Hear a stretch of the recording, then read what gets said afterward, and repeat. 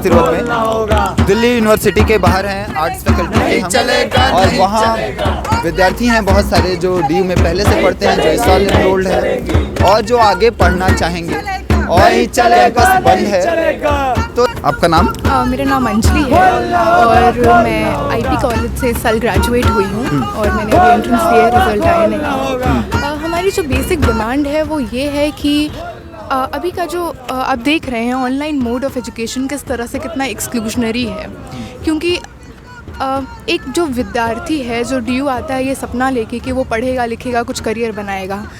इसमें भी ये बात है कि एक विद्यार्थी जो एक मार्जिनलाइज्ड कम्युनिटी से आ रहा है, जो लैपटॉप या स्मार्टफोन जैसी चीज़ अफोर्ड नहीं कर पा रहा है, जो एक गांव देहात जैसे क्षेत्र में रह के ऑनलाइन क्लास ले रहा है, जिसको नेटवर्क का प्रॉब्लम है, जिसको ये प्रॉब्लम है कि उसके घर में आपने देखा सेकेंड वेव में किस तरह से लोगों ने अपने पेरेंट्स को खोया, अर्निंग मेंबर्स को खोया, उसकी चपेट में इतने सारे लोग आ गए कि आर्थिक स्थिति भी घर की बहुत गड़बड़ है।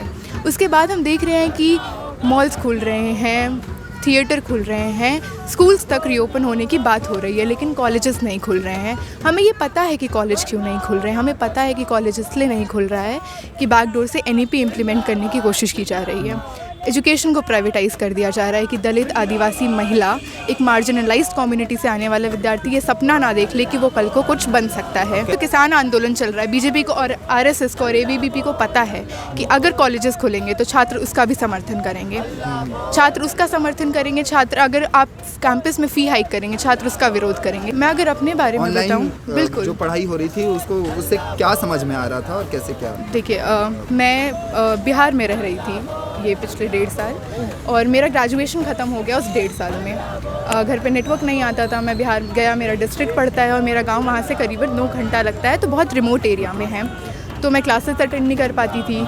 मेरे पास इंटरनेट कनेक्टिविटी प्रॉपर नहीं था, वाईफाई नहीं था, मोबाइल डेटा से जितना चल पाता था रिकॉर्डेड लेक्चर्स में सुनती थी। ऑनलाइन एग्ज़ाम मैंने जाके पटना में दिया है अपनी मौसी के यहाँ रह के। तो आपने वहीं से ऑनलाइन एग्जाम दिया, लिंक आ गया था गूगल फॉर्म का, उसको विद इन टाइम आपको भर के सबमिट करना था। और ये मेरा प्रिविलेज है कि मेरे पास लैपटॉप और स्मार्टफोन है, जो बात मैंने स्टार्टिंग में की। एक दलित घर से आने वाले व्यक्ति की क्या हालत होगी और एक दलित घर से आने वाली महिला की क्या हालत होगी, आप ये सोचिए। क्योंकि मैं घर पे जब रह रही थी मुझे घर के कामकाज में भी हाथ बटाना है, क्योंकि लॉकडाउन लग गया है, खाना बनाना है, बर्तन धोना है। जी बिल्कुल।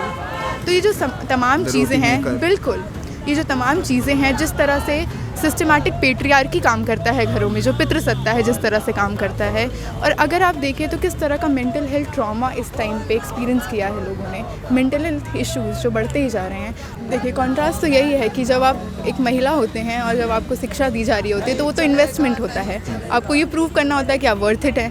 नहीं तो मैंने बार बार ये सुना है कि इसके बाद UPSC करो, इसके बाद SSC का एग्ज़ाम दो, नहीं तो शादी करा देंगे। मेरा मन है आगे मास्टर्स करने का, मेरा मन है LLB करने का, मेरा दोनों करने का मन है, लेकिन मुझे घर से ये लगातार प्रेशर है कि नहीं, क्योंकि हमारी एक एज लिमिट होती है कि 25 तक तुम सेटल हो जाओ। तो इस तरह का जो प्रेशर है ये मैं जानती हूँ, ये खाली मैंने एक्सपीरियंस नहीं किया, ये तमाम महिलाओं ने एक्सपीरियंस किया है और कर रही हैं। ये लॉकडाउन शुरू हुआ तब जो मकान मालिक थे उन्होंने बेसिकली लोगों ने बहुत प्रेशराइज़ किया छात्रों को कि आप अब खाली कीजिए या फिर खाली नहीं कर रहे हैं तो आप हर महीने का रेंट दीजिए और आप जाइए।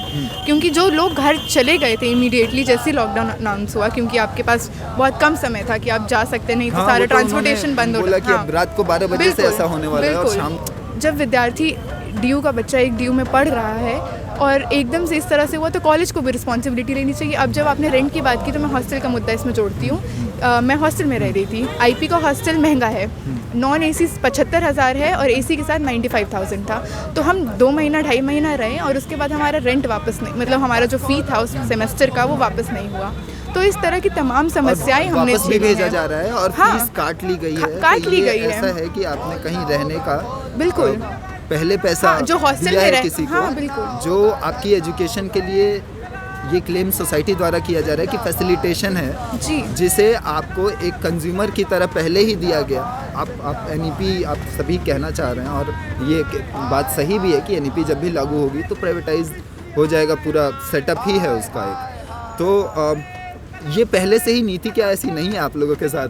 ऐसा नहीं हो रहा है? प्राइवेट इंस्टीट्यूशन की तरह डील नहीं कर रहा है क्या स्टूडेंट्स को? बिल्कुल कर रहा है, तो वही तो बात है, ऑलरेडी कर रहा है। और आप सोचिए जब एक तरह से पूरा ये सामने से प्राइवेटाइज कर देगा, जब सच में निजीकरण हो जाएगा एकदम प्रत्यक्ष रूप से, तो क्या हालत होगी। जो आम पूरे देश भर के युवा हैं वो अब इंटरेक्शन बेस्ड एजुकेशन से बहुत दूर हो गए हैं। इसको लेके आपकी क्या चिंता है और क्या संदेश है? सर आप चिंताएं देखिए, जैसे कि मेरा इकोनॉमिक्स ऑनर्स का सब्जेक्ट है, पूरा प्रैक्टिकली चलता है। ऑनलाइन कैसे हो रहा है हमें ही पता है, हो रहा है नहीं हो रहा बहुत है। तो जैसे कि मैं बताता हूँ, मेरी क्लास में 60 स्टूडेंट्स हैं, तो अभी तक हम आपस में किसी को नहीं जानते, तो इंटरेक्शन तो क्या ही रह गया। और एक गूगल मीट पे हमें लिंक आ जाता है जब क्लास का टाइम होता है, और उसको आप ज्वाइन कर लीजिए। जितने बच्चे ज्वाइन करें ठीक है, नहीं किया कोई बात नहीं, मतलब कोई इंटरेक्शन नहीं है। इंटरेक्शन बिल्कुल ख़त्म हो गया। अगर आप इंटरेक्शन नहीं होगा तो आप जानेंगे कैसे बच्चों को कि कौन क्या सोच रहा है। और एक आप बात सोचिए, जब इंटरेक्शन नहीं होता उसमें एक टीचर का भी रोल होता है कि हम टीचर से सवाल पूछेंगे, इंटरेक्शन करेंगे। जब मैं खुद सवाल पूछता हूँ तो मेरे अंदर एक हेजिटेशन होती है कि कहीं मैं सवाल गलत तो नहीं पूछ या कोई पीछे बच्चा बैठा हंसेगा तो नहीं मेरे ऊपर, तो एक मन में डर इसका माहौल रहता है। ये इंटरेक्शन ख़त्म होने से एक तो बच्चों की सोचने की शक्ति पे ताला लग चुका है कि वो सोच नहीं पा रहे कि आगे क्या करना है। कि जैसे मैं खुद सोच रहा हूँ कि अभी क्या कंटिन्यू करूँ, कि पीछे की पढ़ाई सारी ख़राब हो चुकी है, आगे क्या होगा, एमए करें, या जैसे अभी साथी अंजलि कह गई कि यूपीएससी के लिए लोग कहते हैं, तो वो भी कहने लगे हैं मेरे को कि एसएससी यूपीएससी कर लो। और एक प्रिविलेज भी जुड़ा होता है कि जैसे प्रिविलेज जुड़ा होता है, मेरे एक दोस्त का मेरे पास ऐसी फ़ोन आता है कि तुम सीए क्यों नहीं कर लेते। मैंने कहा भाई इतने तो पैसे ही नहीं है कि सीए कैसे कर लें। तो यही एक प्रिविलेज जुड़ा होता है कि हम जो सोशल बैकवर्ड एरिया से आते हैं ना, वो सोचते हैं कि कॉलेज में आके जो इकोनॉमिक्स ऑनर्स की अगर डिग्री मिलेगी तो हम कहीं जाके जॉब क्लेम कर सकते हैं। लेकिन अगर हमसे कोई यही कहने लगे कि आप डिग्री के साथ सीए भी कर ले तो हम कैसे करेंगे।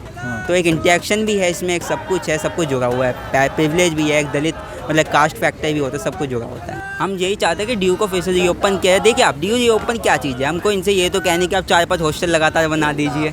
हम कह रहे हैं कि बस जो हमारी यूनिवर्सिटियाँ हैं, जिनको हमारे कॉलेज है, मैं श्यामल कॉलेज से हूँ, तो उनको बस आप सारे कॉलेजों को खोल दीजिए, बाकी चलेगा जैसे चलेगा। और एक एनईपी का भी रोल है, ब्लेंडेड मोड, जिसमें कह रहे हैं कि 60% आपको ऑफलाइन देंगे, 40% ऑनलाइन देंगे।